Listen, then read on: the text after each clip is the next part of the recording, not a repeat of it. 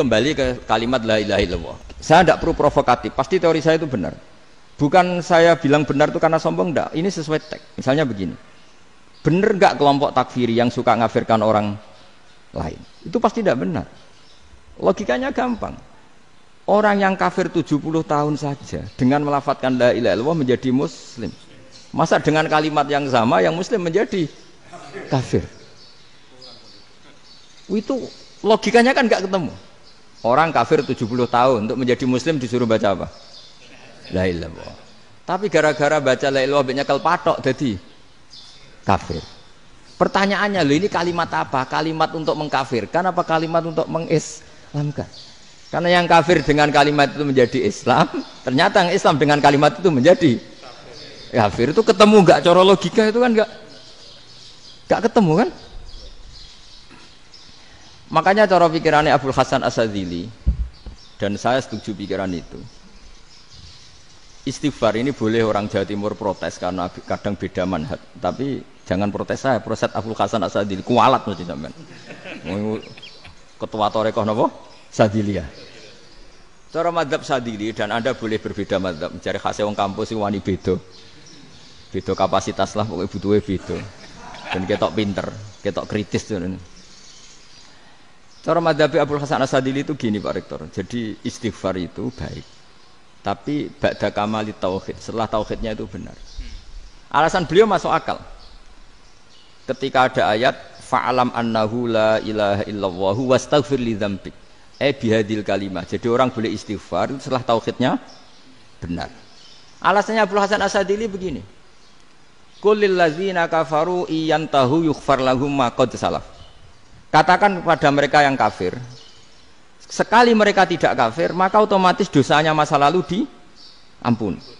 Pertanyaannya, yang bisa menghentikan kekafiran itu kalimat apa? La ilaha illallah. Dengan hanya melafadzkan la ilaha illallah Muhammadur Rasulullah, langsung yughfar lahum ma qad salaf, langsung dosanya diampuni.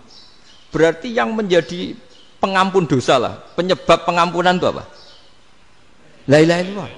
Itu bahkan orang kafir belum istighfar. Di ayat itu kan Allah enggak mensyaratkan setelah la ilaha illallah istighfar baru diampuni, enggak. Asal la ilaha illallah langsung yughfar lahum ma qad salaf. Saya ulang lagi ya, jelas ya. Jadi kulil ladzina kafaru iyantahu yughfar lahum ma qad. Nah, sekarang iyantahu, mereka berhenti dari kafirnya. Syaratnya pakai apa? La ilaha illallah Muhammadur, itu langsung yughfar lahum ma qad. Artinya apa? Ghufranullah itu bisa didapat hanya dengan mujarrodut tauhid, yaitu hanya dengan melafadzkan kalimah thayyibah. Dan sahnya istighfar juga berdasar kalimah thayyibah itu. Misalnya gini, orang kafir sebelum Islam melafadzkan astaghfirullah, astaghfirullah, astaghfirullah, kira-kira diterima enggak? Enggak kan? Karena syaratnya istighfar ba'dat tauhid. Nah, makanya dalam madzhab Sadzili istighfar itu setelah la ilaha illallah. Karena cara pandang ya seperti itu. Jadi fa'alam annahu la ilaha illallah wastaghfir li dzambi. Jadi dengan kebenaran tauhid saja ini sudah cukup kita insyaallah layak diampuni. Karena innallaha la yaghfiru ayyusyraka bihi wa yaghfiru ma duna dzalika liman yasha. Jadi orang yang tauhidnya benar itu bisa diampuni Allah asal tauhidnya benar. Itu Allah ngendikan liman yasha wa yaghfiru ma duna dzalika liman yasha. Dawe Imam Suyuti walam yakun liman yastaghfir. Jadi orang yang bertauhid secara benar meskipun gak sempat istighfar itu tetap potensi diampuni. Karena bawaan tauhid itu sudah menjadi layak diampuni. Kayak orang kafir sekali ngelafadzkan kalimat tauhid mbok gak istighfar langsung diampuni. Nah, karena melihat seperti itu terus orang berlomba-lomba memperbanyak jumlah ngelafadzkan la ilaha illallah. Jadi kita yang alim, kita semua, saya tidak bilang saya, kita termasuk yang di pinggir-pinggir saya ngaku alim ora masalah lah soalnya. Kita semua yang alim-alim itu tahu bahwa la ilaha illallah itu super. Sudah bawaannya tauhid, juga punya kelayakan diampuni. Nah, kemudian nasib kita agak sial. Malah kalimat ini dituduh bid'ah, dituduh khurafat. Mergo Nabi enggak pernah tahlilan, Nabi enggak pernah. Nabi enggak pernah tahlilan, kalau diartikan Nabi ora tau maca la ilaha illallah, nek gak kalimat ini. Nah, ini provokatif ini. Jadi ini sudahlah keanehan-keanehan ini kita terima karena ciri utama wali, ciri utama ulama itu wa'udhu fisabili, harus pernah disakiti. Jadi kalau Unisma sakit kalau dituduh apa? Dituduh bid'ah itu berarti belum calon ulama. Calon ulama itu wa'udhu fisabili, harus disakiti. Jadi kalau kamu disalahpahami itu ya harus santai. Iya, termasuk provokatif tadi. Termasuk diatur tadi itu. Jadi kalau cara berpikir kan, karena mereka itu memang kalau kita turutin itu memenya itu terlalu, kadang menghujat kita itu enak ya jadi KNU, ada orang mati datang, kiainya dapat makan, dapat rokok, terus pulang gitu. Jadi apa? Terus kita kayak tersangka terus. Kita kan kayak tersangka terus. Tertuduh terus. Terus yang orang NU ya memenya juga nggak kalah ekstrimnya. Boleh ya ajaran orang nggak boleh ngasih-ngasih kiai gitu. Berarti boleh dong ajaran kikir. Jadi memang kadang apa ya, cangkem elek lah bahasa kasarnya itu. Itu memang kadang lebih mengenakan kalau kita datang ke acara mayat kan dapat makan, dapat minum. Kalau yang sohibul bed rokok ya dapat rokok. Kalau kiainya dapat wajib, kadang 20.000, kadang 50.000. Terus memenya itu kok setega itu ya, ada orang meninggal kok malah kita makan-makan. Seakan-akan kan kultur ini biadab kan gitu. Tapi yang orang NU kebalikan bales. Oh ternyata nggak boleh ya mayit disodakoi. Ternyata nggak boleh ya orang dermawan. Berarti Islam membolehkan medit ya gitu. Yang modus ini kan. Angen-angen itu luwih mandi timbang takbir ya. Karena ini kan memicu emosi kan. Memicu apa? Emosi. Nah, tapi saya kalau disuruh bela mana itu tidak ada yang saya bela. Ya seorang sudahlah kalau mau nganggur saja sudah itu. Ya tapi itu memang apa ya? Itu khazanah Islam. Ada yang kritik, ada yang enggak. Ya itu memang khazanah. Ya biasa aja kalau saya biasa. Karena dulu ulama itu sudut pandangnya itu ya seperti itu. Ada yang ulama suka ibadah itu sholat, ada yang milih apa tidur. Sampai Imam Ghazali bilang suatu saat ibadah terbaik di zaman akhir itu tidur kan. Sholat saja kalah sama tidur kan.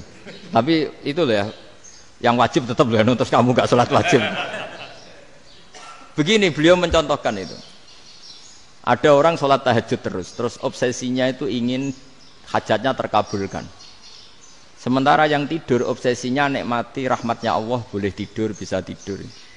Kata Imam Ghazali, timbang kita tahajud terus nuntut pangeran aduk turu katanya. Mergo engko dia akibat terus setan memberi bisikan, lho nyatanya kamu tahajud ya gak terkabul. Berarti cerita bahwa Nabi ngendikan kalau doa tahajud mustajab enggak. Daripada ngono kan turu ora tau ndonga. Timbang abri-abri Islam ya, timbang elek-elekin apa? Islam. Jadi ulama itu mulai dulu itu sudah berpikir. Banyak orang menjadikan tahajud salat malam itu media untuk hajatnya. Dan kalau enggak kesampaian ini mutung. Nyalahkan kiainya ijazah ramandi. Macam. Daripada ngono ora usah apa? Tahajud wis turu. Dan jenis kayak ini tuh banyak. Makanya ulama kayak saya itu saenake dhewe itu ya jarak.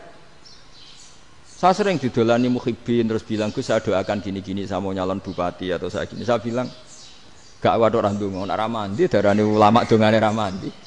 Nak mandi, kamu jadi bupati tetap nganggep karena beli. Sopo sing ora roh bupati saiki gak beli. Ribet kan? Ketika mereka jadi ngunsurkan doa kamu apa karena kemarin beli? Yang beli maksudnya, enggak beli enggak usah tersinggung. Jadi ribet ngadepin. Ndak artinya gini loh, doa itu jangan dipakai begitu loh. Kalau minta nasihat, tak nasihati jadi bupati yang baik, gubernur yang. Kalau minta doa itu resikonya. Akhirnya kiai kalau diminta doa ya doa, sebenarnya diisinya itu gak doa kemenangan. Itu nggak selamat gitu. Karena ribet. Makanya Islam itu doa itu setelah iman. Aturan iman benar baru doa. Aturan iman benar termasuk Allah itu yaf'alu ma yasha, boleh melakukan yang dikehendaki. Allah nggak boleh terdikte oleh doa kita, nggak boleh. Ya saya ulang lagi ya, madzhab Hasan Asyadzili ini khas kita. Jadi la ilaha illallah itu didahulukan sebelum istighfar. Tapi kebalikannya madzhab Imam Sanusi itu dibalik. La ilaha illallah itu kalimat yang sakral. Karena yang sakral dibutuhkan muqaddimah, yaitu yang melafadzkan harus yang sudah bersih, yang sudah steril baru melafadzkan la ilaha illallah. Maka dalam mazhab Sanusiyah istighfar dulu baru la ilaha illallah. Nah, cara mazhab Abul Hasan Asadili kebalikan, istighfar itu sah setelah sahnya tauhid. Kamu ikut mana tuh? Sadili apa Sanusiyah? Alhamdulillah sama-sama tidak paham, ya sudah. Akhirnya sudah. Ya, saya nggak kemana-mana kan.